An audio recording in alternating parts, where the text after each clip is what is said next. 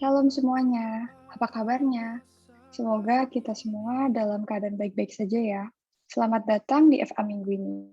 Walaupun FA kali ini kita masih diadakan secara online, tapi kita harus tetap semangat ya teman-teman dalam memuji dan memuliakan Tuhan. Mari kita sama-sama siapkan hati dan pikiran kita untuk memulai ibadah ini. Dimohon agar teman-teman tetap menghargai, menghormati hadirat Tuhan, walaupun kita berada di tempat kita masing-masing. Baik, kita akan masuk ke dalam pujian dan penyembahan yang akan dipimpin oleh Nicolin dan Gabriel. Selamat beribadah, Tuhan Yesus memberkati.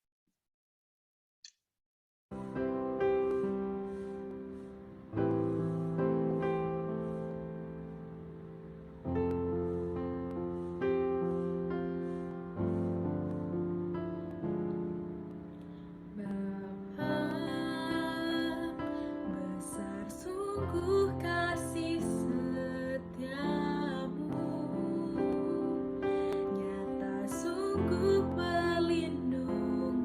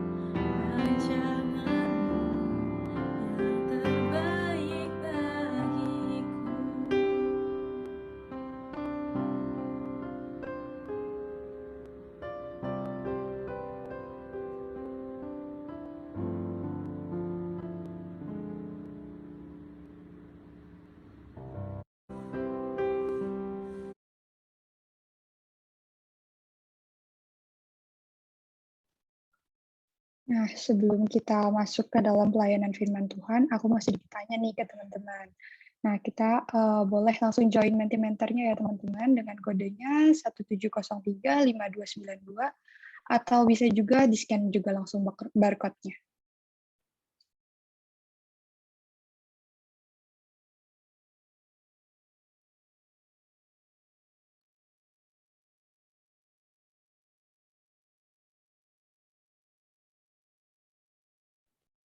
Ya, boleh diisi ya teman-teman. Untuk pertanyaannya, coba ceritakan hal-hal apa saja yang bisa membuat kalian tenang.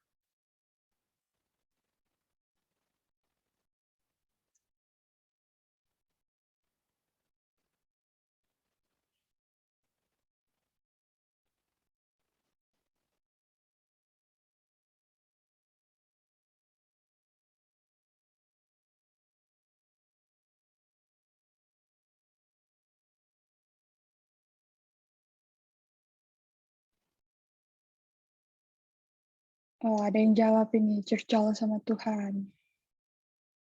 Ada yang bilang juga makan, istirahat, dengerin musik, tahu Tuhan beserta. Iya, bener banget ya guys. Terus ada lagi lihat pemandangan. Wah, beda-beda ya. Kalau dari aku sendiri, ya kurang lebih juga mirip-mirip sih. Biasa dengerin lagu worship atau mungkin doa kali ya.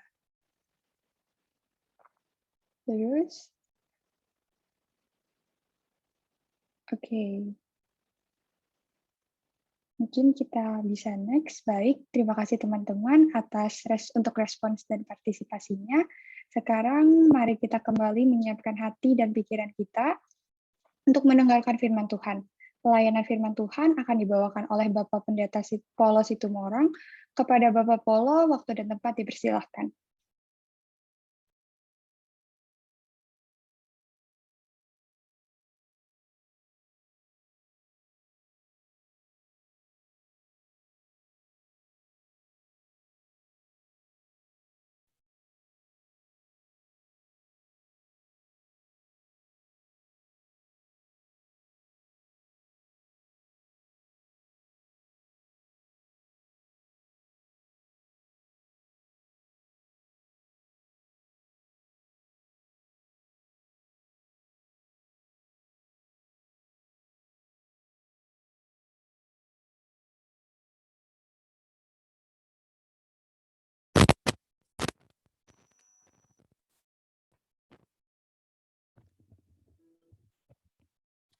Oke, suara saya kedengaran? Ya. Cukup jelas, Johan? Sudah terdengar, Pak. Jelas ya? Oke, baik. Selamat siang semuanya. Bersyukur kepada Tuhan di waktu-waktu yang cukup sempit, ya, termasuk buat saya juga, ya, karena di samping hari ini ada pelayanan bersama dengan MSCF, tapi juga sebenarnya UPH sekarang, Yayasan Pelita Harapan hari ini akan mengadakan retret 2 hari ini sampai besok. Jadi ya campur aduk lah semua ya, campur aduk persiapan, campur aduk kontak dan sebagainya ya. Jadi cukup hektik ya untuk layanan hari ini, terutama ya hari ini. Nanti saya udah dicari-cari nih sebenarnya. Seharusnya saya jam 1 sudah di Grand Chapel. Ya. Baik, kita akan mulai dengan doa dulu ya. Mari kita berdoa. Kami bersyukur kepadamu ya Tuhan, Engkau memberikan persekutuan ini kepada kami, MSCF. Dan kami berdoa supaya melalui MSCF ini Tuhan, banyak calon-calon dokter yang sungguh-sungguh beriman, berpengharapan kepada Kristus saja di dalam hidup mereka.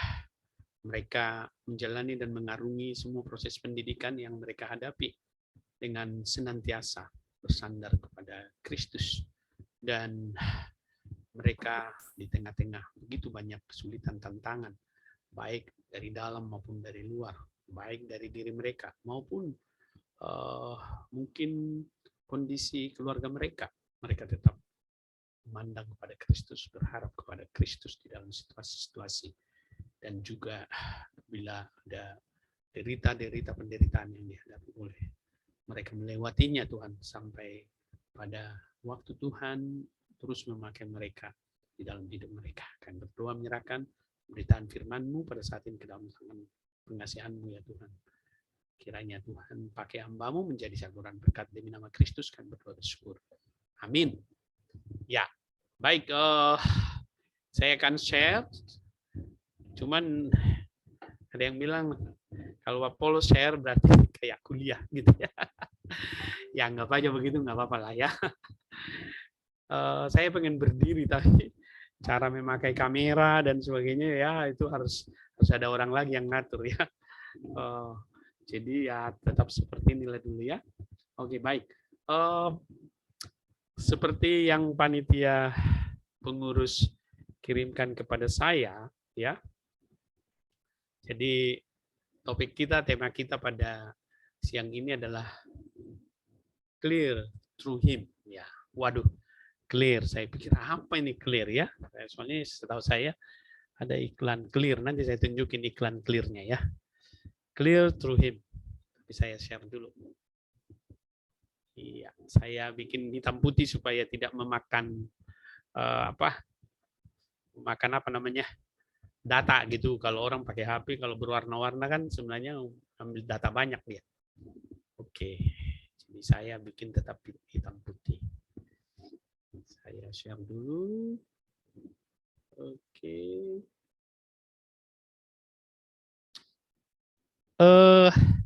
Si Rosa atau siapa ya, bisa nggak bikin apa kiri kanan saya jadinya hanya kayak tadi loh yang di apa yang disajikan tadi. Jadi siapa yang MC tadi dengan bisa di kiri kanan gitu, bisa nggak diatur gitu,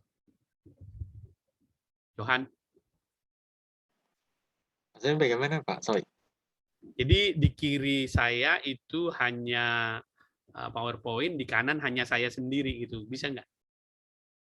Gimana? Sebenarnya tergantung rekamannya hasilnya sih Pak, harusnya bisa. Oh gitu, jadi saya stop dulu. Oke, jadi misalnya begini, saya ya, lalu saya share ya. Kalau saya share pasti jadi berdua, tetap aja begini. Yang terlihat di kalian apa? Dengan penyajian apa? PowerPoint-nya. Ada di tengah ya? Ada di tengah ya? Iya Pak. Oh, kalau begitu, terus saya di mana? Tetap kecil begini. Di saya nggak kecil sih Pak, jadi sebelahan kiri PowerPoint, kanannya Bapaknya. Oh gitu, puji Tuhan. Ya, saya merasa bahwa saya kecil, di kiri saya itu apa? PowerPoint. Oke. Jadi ini judulnya ya. Clear. Ternyata clear itu adalah calm and let all right, ya. Jadi C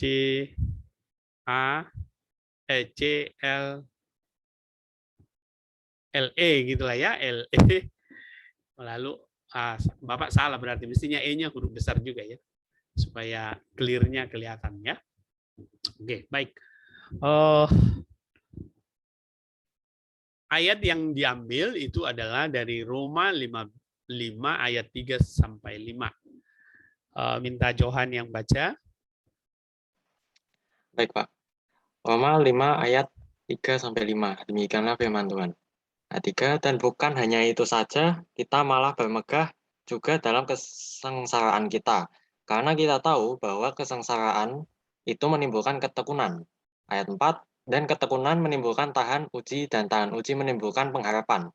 Ayat 5, dan pengharapan tidak mengecewakan, karena kasih Allah telah dicurahkan di dalam hati kita oleh Roh Kudus yang telah dikaruniakan kepada kita. Iya, kalau kita lihat terjemahan ini ya, terjemahan Indonesia memang kurang memberikan pengertian yang baik sebenarnya kepada kita ya. Jadi saya ambil dari terjemahan English Standard Version. Nah, English Standard Version ini juga sebenarnya bukan terjemahan bahasa Inggris yang baru, yang lama ya, tapi ini yang baru. Dulu orang sering memakai New International Version, tapi sekarang orang paling banyak memakai English Standard Version. Kenapa? Dulu dianggap New International Version itu lebih dekat ke bahasa asli Alkitab terjemahannya.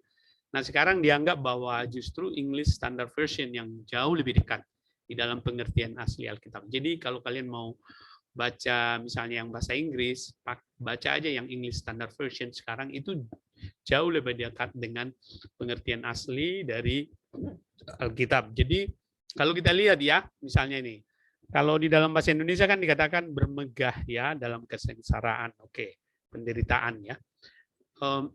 Rejoice sebenarnya dipakai. Jadi bersukacita, kita malah bersukacita ya bahwa penderitaan maaf. Jadi penderitaan itu dikatakan menghasilkan ya, menghasilkan ketekunan ya. Ketekunan menghasilkan, nah ini kalau di dalam bahasa Indonesia dituliskan tahan uji gitu kan, padahal itu hanya satu bagian dari karakter, ya kan? Nah, jadi dalam bahasa yang sebenarnya itu adalah ketekunan itu menghasilkan karakter, dan karakter itu menghasilkan pengharapan, dan pengharapan itu ya dikatakan tidak mengecewakan, nah itu agak lemah ya, tidak membuat kita apa malu gitu loh. Ya, pengharapan itu tidak membuat kita malu. Karena apa? Karena dikatakan ya kalau ini terjemahannya benar ya. Kasih Allah telah dicurahkan. Iya, has been poured into our hearts through the Holy Spirit who has been given to us. Ya. Nah, jadi saya selingi dengan bahasa Inggrisnya ya. Lalu yang kedua ayat yang kita baca itu adalah, nah panitia tulis Yeremia ya, sebenarnya Yesaya ya, Yesaya 55 ayat 8 sampai 9 ya. Sebab rancanganku bukanlah rancanganmu dan jalanmu bukanlah jalanku, demikianlah firman Tuhan. Seperti tingginya langit dari bumi, demikianlah tingginya jalanku dari jalanmu dan rancanganku dari rancanganmu. Iya, kalau di English Standard Version ini dikatakan my thoughts are not your thoughts, pikiranmu gitu ya. Kalau kita rancangan di sana ya, pikiranmu. Jadi pikiran ini jauh lebih luas sebenarnya ya dari sekedar rancangan gitu. Kalau jalanmu, jalanku itu persis ya. Dan as the heavens are higher than the earth gitu kan, seperti tingginya jauhnya sebenarnya jauhnya surga ya dari bumi, demikianlah jauhnya jalanku atau pikiranku dari pikiranmu ya. Ya, jadi dua ayat ini menjadi dasar bagi kita membahas tentang clear through him ya.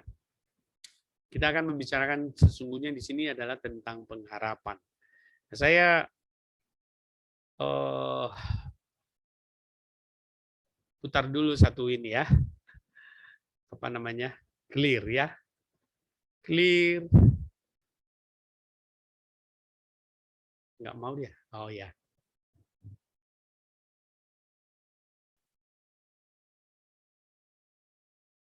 Wah. Nggak mau dia. Oke. Sebentar ya. Ternyata nggak berhasil saya. Ya. Oke, saya ulang ya mutarnya. Mana ya? Gitulah orang tua ya, salin harus sabar.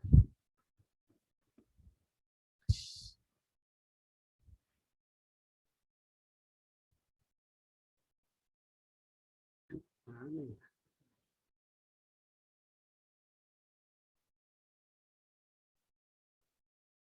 Kenapa jadi begini aku? Situlah.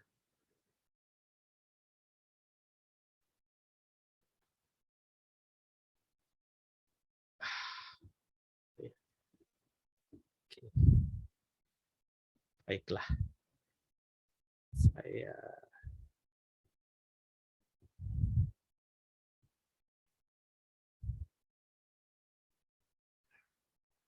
Oke. Karena judulnya Clear Through Him. Jadi saya coba-coba cari dulu ya intermezzo kita tentang clear ya.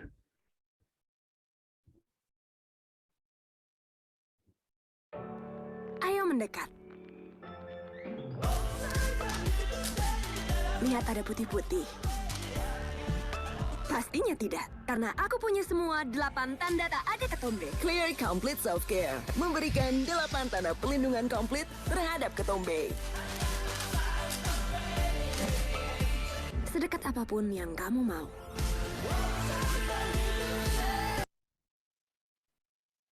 Oke, hanya singkat aja ya. Saya share tadi tentang clear ya, terangkan clear. Maklumlah Bapak tidak pandai menyajikan. Nah, tadi sudah nonton ya, ada katanya ada 8. Kalau kamu pakai sampo clear gitu kan, 8. Janjinya 8. Jadi janji jadi pengharapan kan.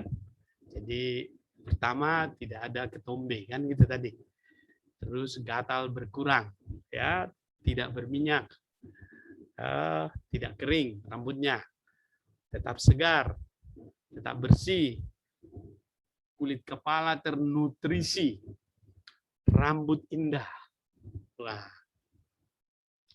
Nah, ketika orang melihat iklan ini kan, lalu orang mau memakai, kan ada harapan. Ya, orang yang berketombe itu kalau dia pakai nanti tidak berketombe kan gitu kan.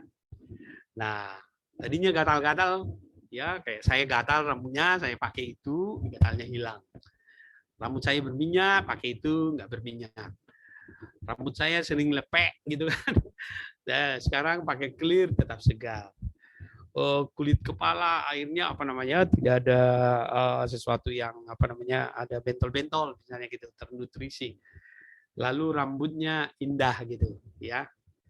Ya, rambutnya indah. Kalau kalian diberikan harapan seperti ini, semua kan, apalagi yang wanita ya, pengen rambut indah gitu. Ya. Jadi iklan tadi itu memberikan janji dan harapan. Tapi apakah harapan itu terpenuhi ya? Ya. Apakah harapan orang yang memakainya terwujud? Ya. Ya, walau-walam lah ya. Ya, walau-walam lah. Kita tidak tahu kalau ada orang memakai clear akan betul-betul ngalamin ini gitu kan. Kalau tidak mengalami ini berarti ya PHP ya.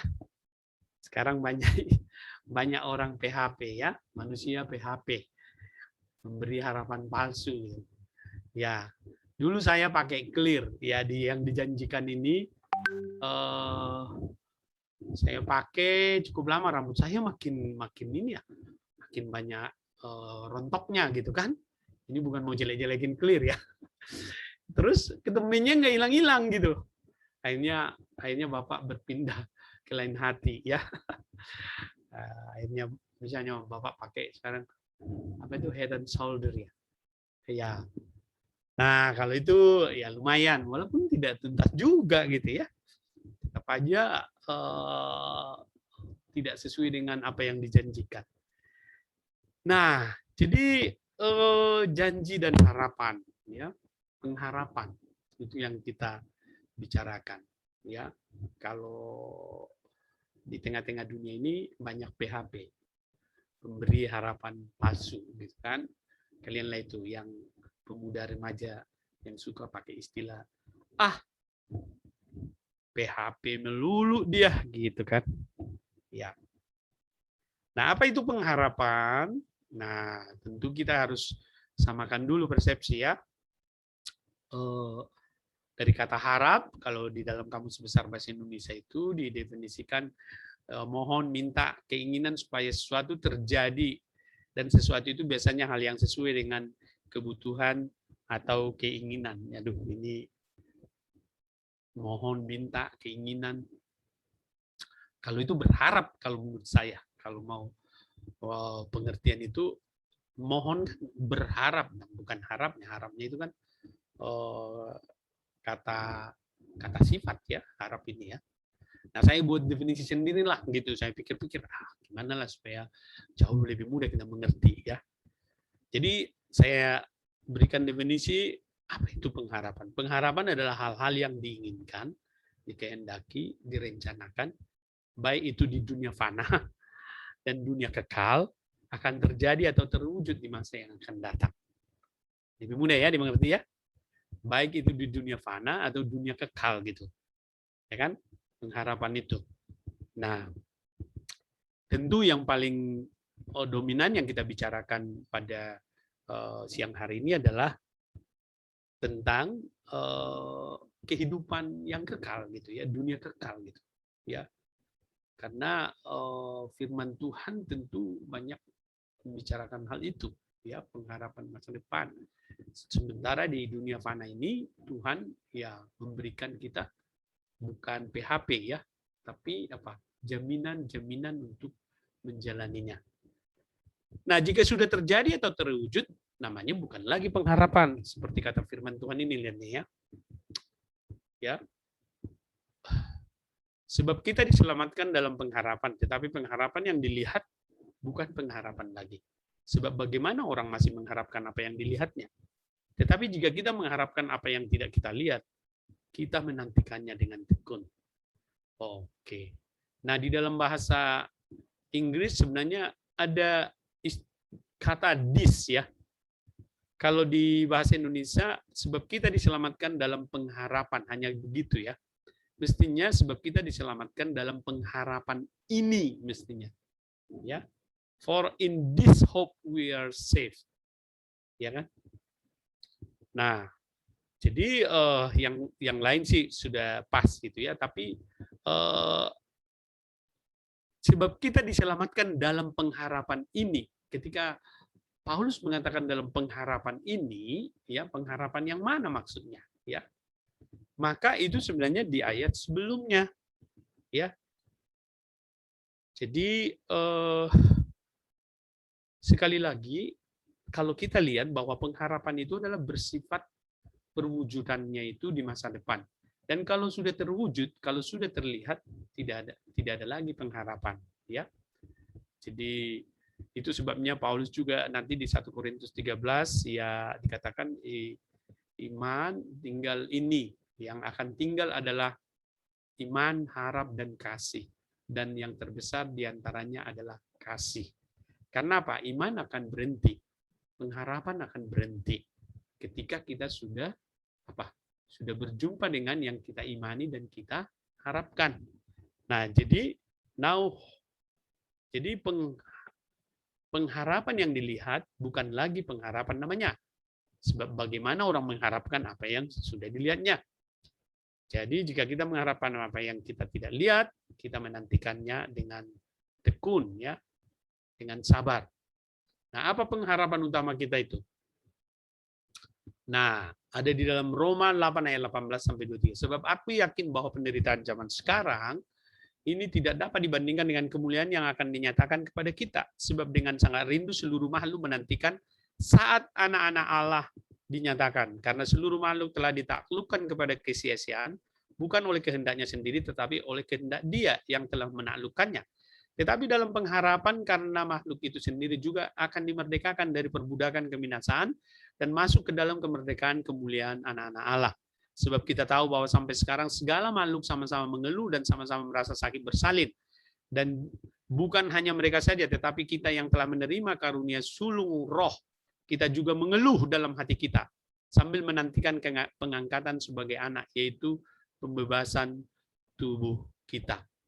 Nah, pengharapan utama kita sebenarnya apa? Ya, nanti kamu bisa baca juga, cocokkan dengan bahasa Inggrisnya ya.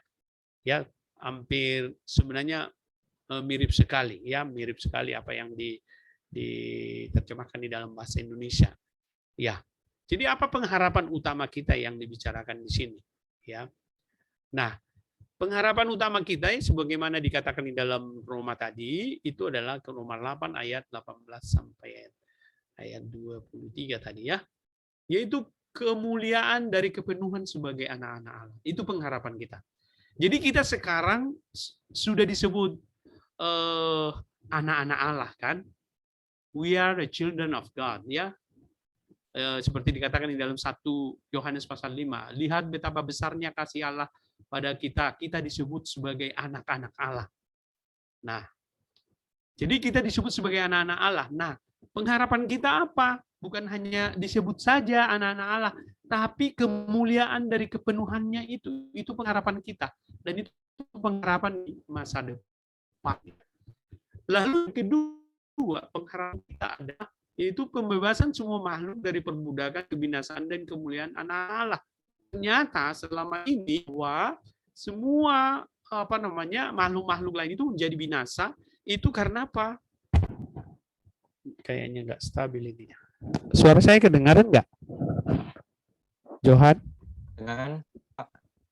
Kedengaran nggak dengan baik? Kedengaran dengan baik, Pak. Oke, soalnya ada notifikasi ke saya internet tidak stabil gitu. Ya, jadi ternyata dari bacaan kita tadi, ya bacaan yang sebelumnya itu seluruh makhluk ikut sebenarnya menderita gitu ya, dan ingin berharap bahwa itu nanti semua penderitaan itu bisa lewat. Tapi itu lewat di dalam apa? Di dalam kembali dikaitkan dengan kemuliaan anak-anak Allah, ya. Jadi pernyataan kemuliaan anak-anak Allah itu membebaskan semua makhluk dari apa? Dari bagian dari hukuman Tuhan, ya. Karena apa? Di Kejadian pasal 3 itu kan Tuhan itu sebenarnya menghukum bukan hanya manusia loh. Seluruh makhluk dan bumi itu ikut menerima dampak dari kejatuhan manusia dalam dosa. Saya mengajar kalian ya bahwa dampak paling berat bagi alam itu hukuman atas dosa. Alam tidak melakukan apa-apa soal dosa ya, tapi ikut menerima dampaknya karena Tuhan memberikan hukuman.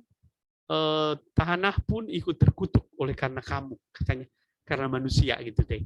Jadi keterkutukan dari tanah itu akan dibebaskan ketika dinyatakan kemuliaan anak-anak Allah. Ya, jadi betapa hebatnya, luar biasanya sebenarnya pada akhirnya apa yang dilakukan Tuhan kepada kita anak-anak Allah gitu ya.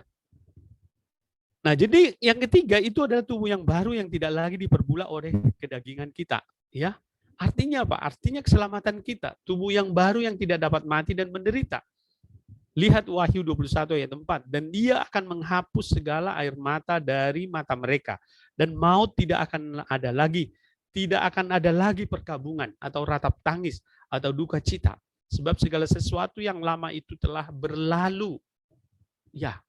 Jadi tubuh yang baru dikatakan itu di dalam ayat yang terakhir ya, pengangkatan sebagai anak yaitu pembebasan tubuh kita ya, yaitu dikatakan wait eagerly for adoption as sons, the redemption of our bodies ya. Jadi the redemption of our bodies. Jadi kita nanti akan menerima apa? Tubuh yang baru yang tidak dapat mati dan tidak lagi menderita. Itulah sebenarnya pengharapan utama kita sebagai orang percaya, yaitu keselamatan kita, dan nanti tubuh yang baru yang tidak dapat mati dan menderita itu kita terima pada puncak apa? Puncak kepenuhan kemuliaan dari sebagai anak-anak Allah itu. Sekarang belum. Kita masih menderita, ya kan? Kita berdosa, kedagingan kita itu membuat kita malas, kedagingan kita itu membuat kita tidak kurang suka dengan firman Tuhan, padahal kita anak-anak Allah, gitu kan? Nah itu nanti dibebaskan, gitu ya. Itu janji firman Tuhan, ya itu harus kita pegang, gitu ya. Nah, jadi apa tantangan dalam pengharapan yang tadi itu?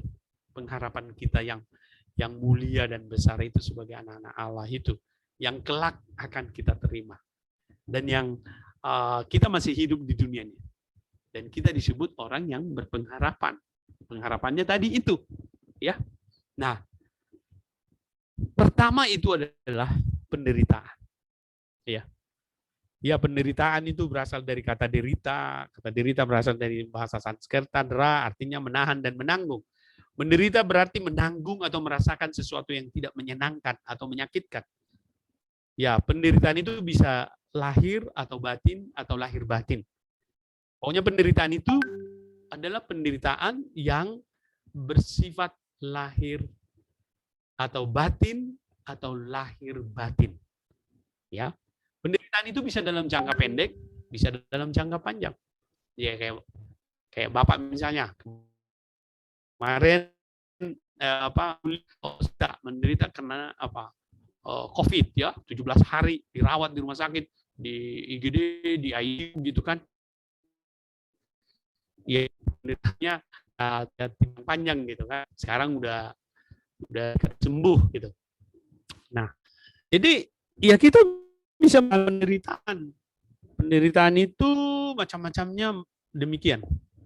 Nah, penderitaan sering sekali itu karena kita sendiri, ya. Misalnya karena kita mengikuti hawa nafsu kita, ya. Karena kita korupsi, gitu kan.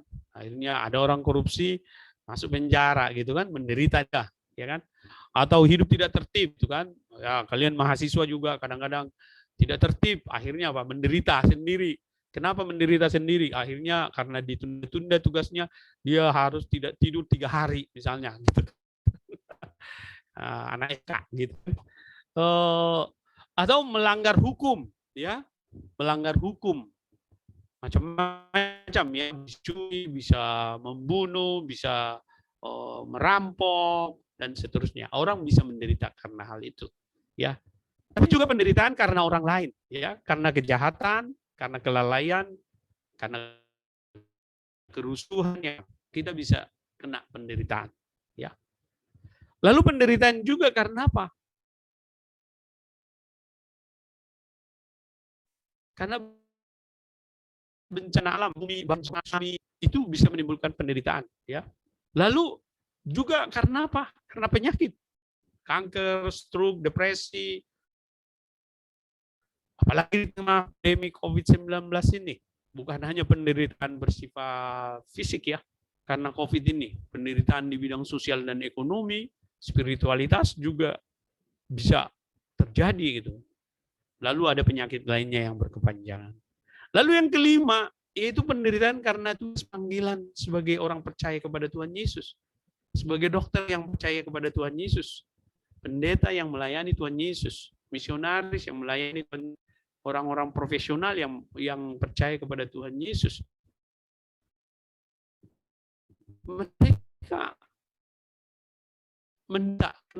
mereka dihambat, mereka dibatasi, mereka dibuat tidak bisa melakukan aktivitas dengan baik gitu. Itu juga mendatangkan penderitaan. Misalnya contohnya istri saya itu buka rumah belajar ya di pinggiran di Perumnas yang dekat UPI gitu, buat orang-orang yang tidak mampu gitu. Nah, karena istri saya Nasrani, maka ketika mencari rumah untuk rumah singgah, karena baru-baru ini yang punya rumah sudah tidak mau meneruskan kontraknya, pindah mau cari rumah susah sekali, langsung selalu ditanya, ibu apa agamanya? Kami Nasrani. Kami tidak mengontrak rumah ke orang Nasrani. Itu. Tapi karena kita percaya kepada Tuhan Yesus gitu kan, ya, tapi akhirnya kita sadar ya Tuhan Yesus sudah mengingatkan ya bahwa kita akan harus sangkal diri, pikul salib, ikut Kristus gitu kan.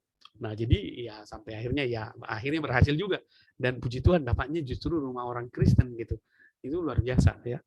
Nah, jadi kadang-kadang penderitaan itu dapat membuat orang kehilangan pengharapan di dalam Tuhan, ya. Sama seperti kemarin muncul tagar. Saya lupa ya, lapor polisi, tidak usah lapor polisi gitu ya.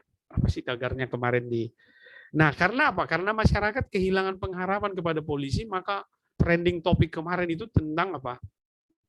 Jangan lapor polisi gitu. Tidak ada gunanya lapor polisi. Aduh, rumusannya saya lupa gitu. Nah, itu orang kehilangan harapan gitu. Nah, penderitaan juga bisa membuat orang kehilangan harapan. Oke, penderitaan karena perbuatan diri sendiri mungkin kita cukup sadar, ya itu karena kesalahanku. Tapi kalau penderitaan karena orang lain, penderitaan karena bencana alam, penderitaan karena bisa melemahkan, ya. Itu, ya kan? Orang suka bertanya, di mana Tuhan, gitu kan? Tuhan itu maha kuasa. Katanya Tuhan itu penuh kasih. Katanya Tuhan itu apa? Memelihara dan menjaga. Nah, kadang-kadang ya itu akhirnya apa? Penderitaan seperti itu membuat orang kehilangan pengharapan di dalam Tuhan.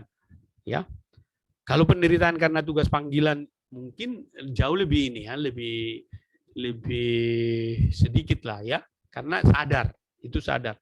Tapi kalau yang lain, yang 2, 3, 4 itu kan kadang-kadang itu kan kita sifatnya pasif gitu ya. Kalau yang nomor 5 kan kita aktif itu kan. Jadi kita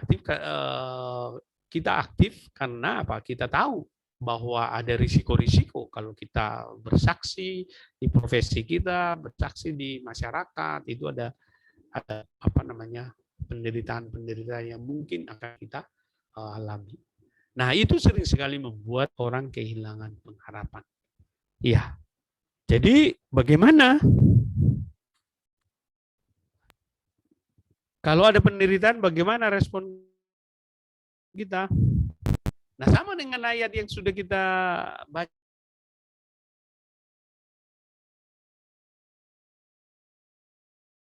Our suffering. Knowing that suffering produce endurance, and endurance produce character, produce hope, does not put us to shame.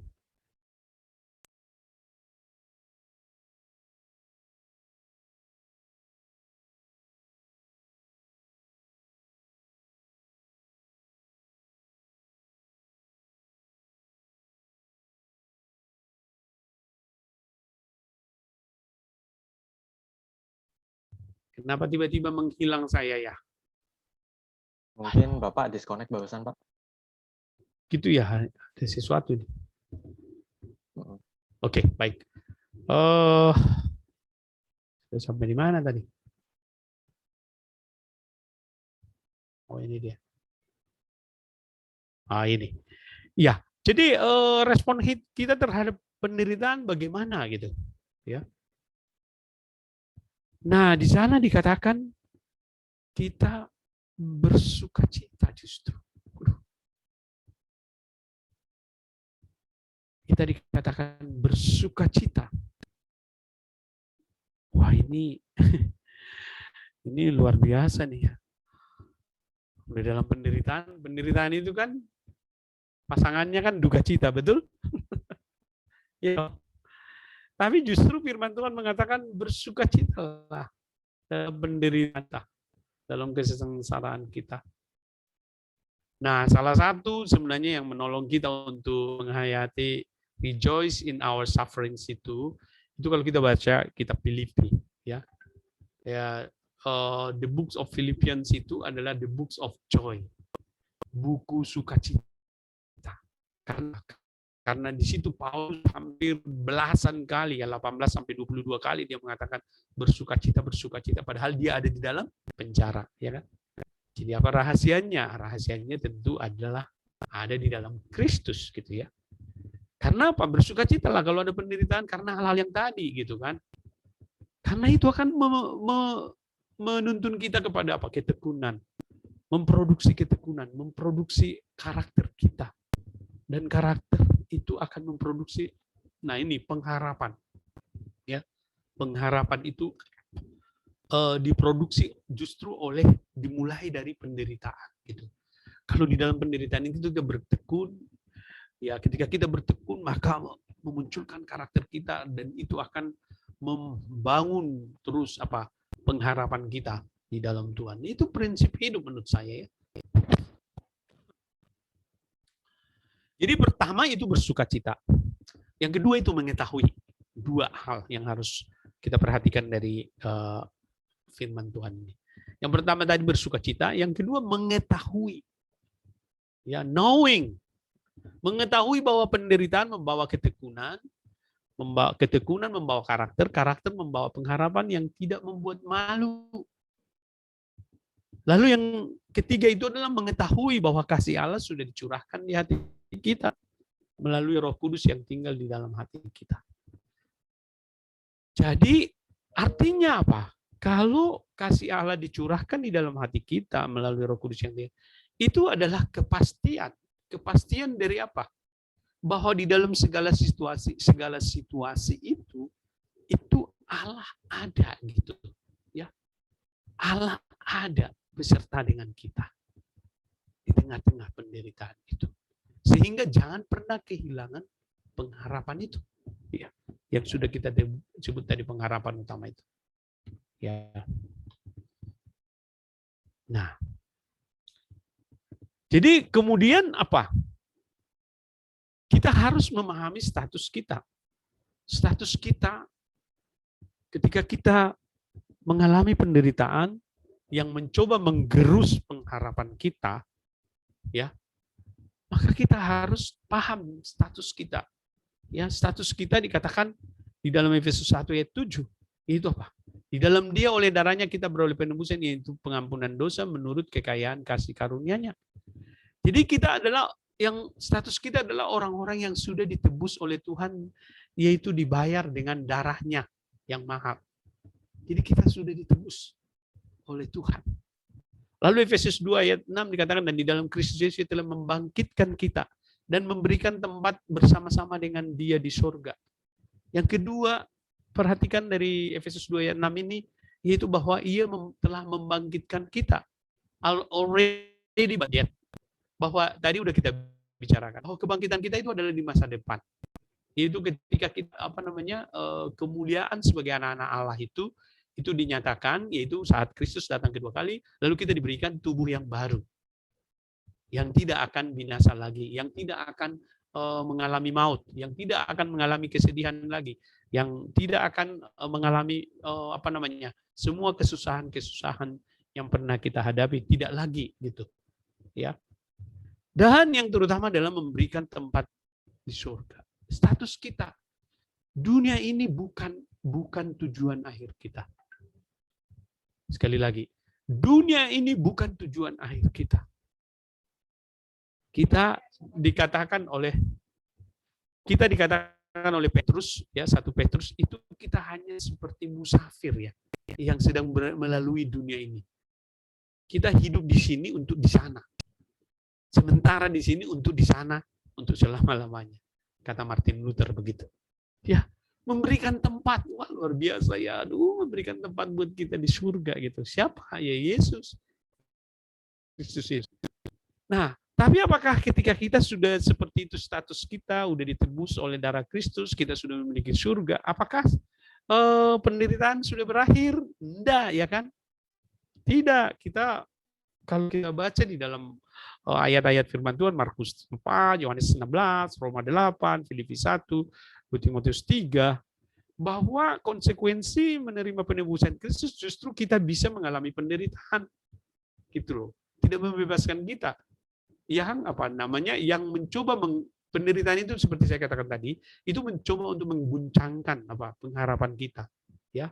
Hope kita kepada Tuhan yang sudah memberikan dulu apa yang paling utama buat kita. Lalu nanti ada hope-hope yang lain kan. Ada hope-hope gitu. Kalian sebagai pemuda-pemudi kan, hope-hope-nya banyak kan. Hope di dunia ini, tapi bukan hope di sono gitu. Hope di dunia ini misalnya hope pasangan. Hope apa? Dokter nanti. Hope apa lagi? Spesialis nanti. Itu hope-hope yang lain. Tapi itu bukan hope kita yang sesungguhnya. Ya kan? Hope yang sesungguhnya, hope yang the ultimate hope itu adalah hidup bersama dengan Tuhan di surga. Nah, selama di dunia ini bahkan menghadapi hope-hope yang katakanlah yang partikular tadi, yang selama di dunia ini kita juga mengalami penderitaan. Kalian untuk menjadi dokter itu ada penderitaannya kan? Kalian nanti menjadi suami dan istri yang baik itu ada penderitaannya. Kalian untuk mau jadi spesialis ada penderitaannya. Kalian ketika misalnya diterjunkan di satu tempat atau wajib kerja apalah gitu ya, intensif gitu, bisa ada penderitaan ya. Jadi itu sudah pasti dialami gitu ya. Itulah konsekuensi dari kita ada di dalam Kristus. Bahwa sebenarnya ada penderitaan yang bisa kita alami. Jadi sekarang pandemi COVID, mau pendeta, mau pastor, mau ateis, mau orang percaya lain dan sebagainya, semua bisa kena COVID. Bisa semua mengalami penderitaan. Bahkan orang paling saleh sekalipun bisa kena COVID. Ya, mengalami penderitaan. Jadi jangan kita berpikir iya kalau kita jadi orang saleh kita akan terhindar dari penderitaan. Enggak boleh ada pikiran seperti itu. Karena itu enggak alkitabiah. Jadi penderitaan tetap ada, tetapi ada Kristus yang menyertai kita menanggung penderitaan. Karena seperti kata Paulus di dalam Filipi 4 ayat 13, segala perkara dapat kutanggung. Segala perkara dapat kutanggung di dalam Dia yang memberi kekuatan kepadaku.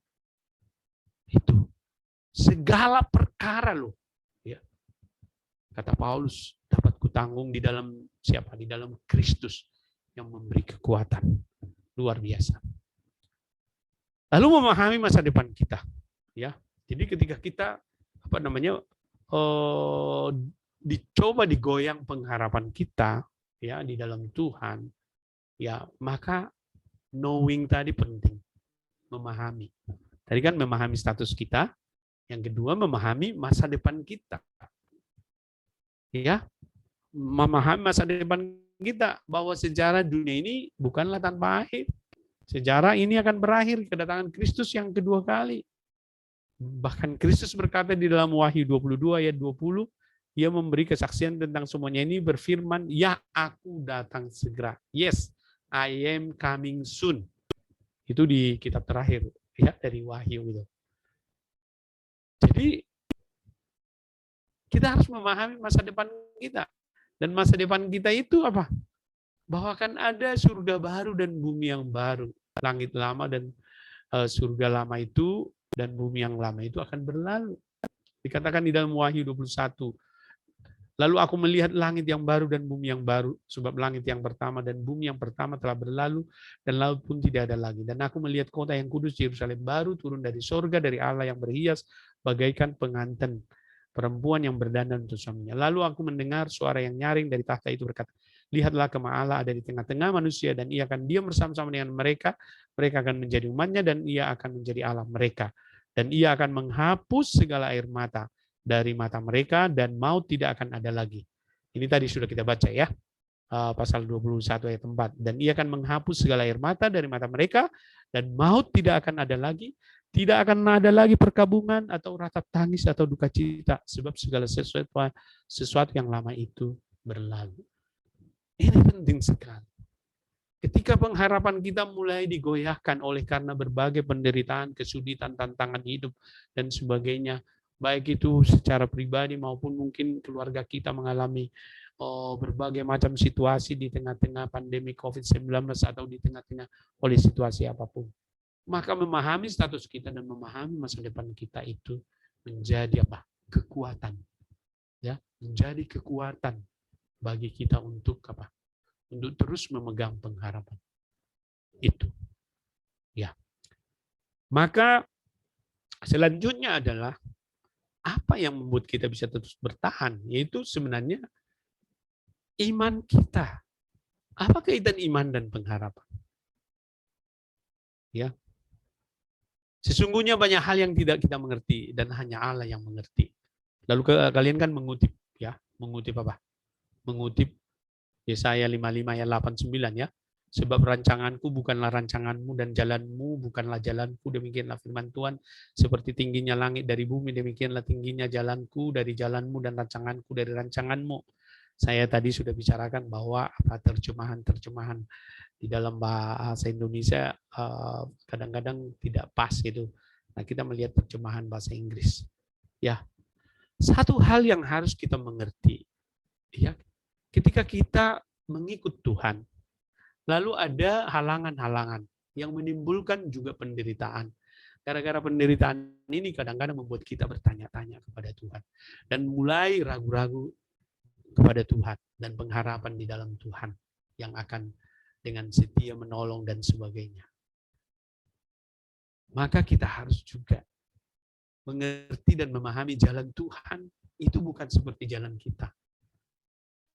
Ya. Pikiran kita tidak sama dengan pikiran Tuhan. Pikiran Tuhan jauh lebih wider, maksudnya Tuhan itu melihat semuanya gitu. Apa yang terjadi pada kita. Supaya kita tidak meragukan kebaikan Tuhan. Supaya kita tidak meragukan pengharapan kita di dalam Tuhan. Siapakah Allah? Siapakah engkau manusia? Ya. Betapa jauhnya, ya. Jauhnya apa yang kita pikirkan dengan yang dipikirkan oleh Allah. Betapa jauhnya jalan dipikirkan Allah daripada jalan yang kita pikirkan. Nah, karena itu apa? Maka karena itu, karena siapakah Allah? Maka kita bersandar kepada Allah itulah yang menguasai segala sesuatu. Bahkan ketika kita ada di dalam penderitaan-penderitaan entah besar kecil ya yang kita alami. Nah, karena itu betapa pentingnya kita menjaga dan memelihara iman kita. Karena iman adalah dasar atau fondasi yang kuat untuk membuat kita tetap berpengharapan kepada Tuhan. Iman itu adalah percaya kepada Tuhan Yesus dan mempercayakan hidup kita sebagai Tuhan Yesus. Ibrani 11 ayat 1 dikatakan iman adalah dasar dari segala sesuatu yang kita harapkan, bukti dari segala sesuatu yang tidak kita lihat. Iman dasar dari segala sesuatu yang kita harapkan. Apa yang kita harapkan? Pasti ya yang itu ya, yang tadi yang harapan utama itu ya. Itu yang mendasari mendasari kita seolah-olah memiliki itu dan memang sudah memilikinya dan nanti akan ada kemuliaannya, itu yang bisa menampung itu dalam diri kita, itu adalah iman kita gitu kepada Allah. Ya. Nah, jadi sekali lagi pengharapan kita itu akan ditopang oleh iman yang kokoh, ya, iman yang kokoh kepada Yesus. Nah, jadi iman itu ada apa? Bukti, proof yang tidak kita lihat. Tadi sudah dijelaskan ya. Sorry, kayaknya ini saya mau terganggu lagi. Saya tutup dulu ya. Jadi seperti kita bicarakan tadi bahwa kalau sudah bertemu, kalau sudah di sana, tidak perlu lagi pengharapan. Kenapa? Karena kita sudah berjumpa, ya. Nah, jadi ketika kita belum sampai di sana, maka yang dibutuhkan adalah apa? Iman kita, iman terhadap apa yang kita harapkan. Rumusan dari apa yang kita harapkan tadi sudah dibicarakan. Pengharapan kita itu hidup yang seperti digambarkan di dalam Wahyu tadi, ya.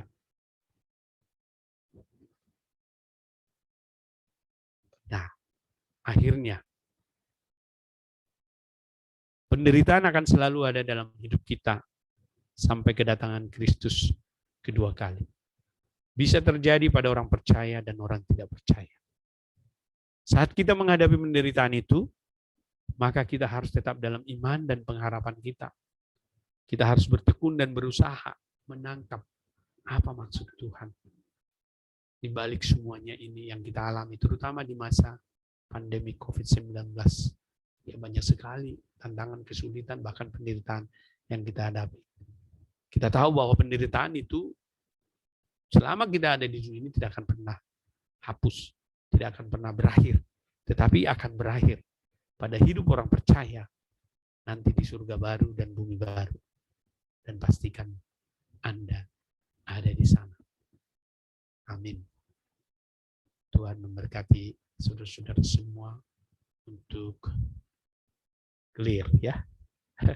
Jelas. Clear. Ya. Jadi kalau ada kesusahan, penderitaan di dalam hidup Anda masing-masing, ya, ingatlah bahwa Tuhan ada beserta dengan kita. Nah, satu hal yang tidak saya tuliskan di sini adalah apa buktinya bahwa kita orang-orang yang terus berpengharapan. Yang pertama itu adalah kita konsisten mengikut Tuhan, konsisten melayani Tuhan, konsisten berdoa, konsisten baca firman, konsisten beribadah. 5 ya. Itu buktinya bahwa kita apa? Kita ada dalam iman dan pengharapan itu. Kalau tidak, kita hanya omdo doang ya. Oh, kita punya pengharapan, tapi nggak terwujud dalam apa? Dalam kehidupan kita sehari-hari. Jadi, ditambah satu lagi, ketika engkau mengikuti atau menjalani profesimu, meskipun ada tantangan kesulitan, kamu tetap terus berjalan dengan tekun. Dan ketekunan itu nanti akan dikatakan tadi menghasilkan karakter. Dan karakter itu membawa pengharapan lagi. Jadi sekali lagi itu seperti dibolak-balik gitu ya. Jadi pengharapan itu sebenarnya ada karena ada iman. Ya, iman itu adalah merumuskan juga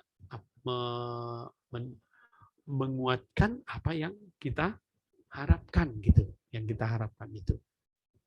Jadi sekali lagi ya, tetaplah ada di dalam iman dan pengharapan apapun situasi yang kita hadapi di dalam hidup kita. Amin. Mari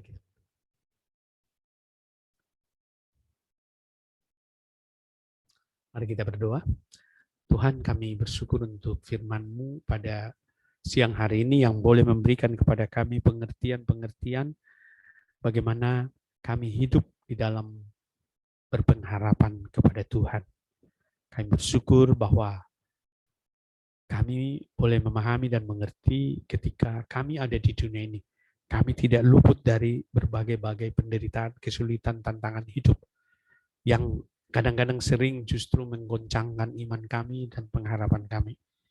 Tetapi melalui firman-Mu kami boleh diingatkan dan diteguhkan untuk kami berjalan seturut dengan firman-Mu ketika hal-hal seperti itu datang dan terjadi dalam hidup kami.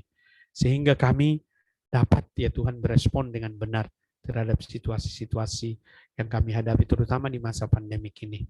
Kiranya Tuhan memberkati dan menolong semua anak-anak-Mu di MSCF ini Tuhan, agar mereka boleh terus bertumbuh di dalam iman dan pengharapan kepada Tuhan Yesus, dan mereka menunjukkan itu, mempraktekkan itu, mendemonstrasikan itu Tuhan di dalam kehidupan mereka sebagai mahasiswa-mahasiswa FK.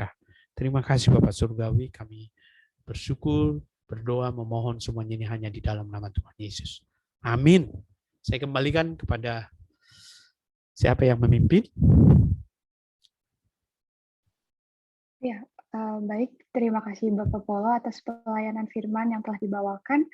Kiranya firman Tuhan yang sudah didengar dapat menjadi berkat, sumber kekuatan, serta dapat kita lakukan dalam kehidupan kita. Sayang sekali kita sudah sampai di penghujung acara Eva kali ini. Biarlah ibadah hari ini boleh menjadi berkat bagi kita semua. Selanjutnya, aku mau menyampaikan beberapa pengumuman nih. Untuk yang pertama, jangan lupa untuk absen. Di sini bisa mengisi link yang ada di Google Form atau bisa juga lihat lewat scan QR code-nya di sini. Nah, terus boleh next. Nah, untuk yang kedua, jangan lupa juga untuk mengikuti Fate Activity berikutnya yang akan berlangsung pada tanggal 22 Oktober. Jadi, tolong diingat bahwa kalau misalkan FK itu akan ditiadakan hingga tanggal 22 Oktober. Sampai bertemu di FA berikutnya tanggal 22 Oktober ya. Boleh next. Nah, kalau teman-teman berkenan untuk mengikuti prayer meeting, teman-teman bisa juga ikut di tanggal 16 Oktober jam 10 malam. Jam 7 malam. Boleh next. Nah, jika teman-teman tertarik dalam pendalaman Alkitab, teman-teman juga bisa mengikuti Bible Study di tanggal 21 Oktober, karena di sana kita juga akan melakukan pembedahan Alkitab yang lebih dalam lagi. Boleh next. Nah, bagi teman-teman yang rindu untuk dimuridkan dan rindu untuk semakin bertumbuh di dalam Tuhan, teman-teman bisa banget nih ikut kelompok kecil kami. Untuk info lebih lanjut, teman-teman silakan menghubungi Valentin atau boleh langsung daftar melalui linknya. Nah, keduanya itu ada di PPT ini, jadi boleh banget nih di SS dulu. Oke, boleh next. Oke, dan bagi teman-teman yang tertarik untuk melayani bersama-sama dengan kami, mau menjadi pemusik, singer, bulldog, ataupun usher, bisa langsung menghubungi Caroline atau Michelle, bisa juga dengan mengisi link Google Form ataupun dengan men-scan barcode. Jadi boleh juga nih untuk di SS, terus dari situ kita langsung daftar ya. Terus boleh next. Nah, untuk yang terakhir, teman-teman juga boleh nih cek sosial medianya MSCF, karena di sana akan ada banyak sekali update-update yang menarik, dan yang pastinya juga nggak kalah seru, jadi jangan lupa dikepoin ya. Sekian untuk Fate Activity dan pengumuman hari ini, sampai bertemu di Fate Activity selanjutnya. Bye-bye.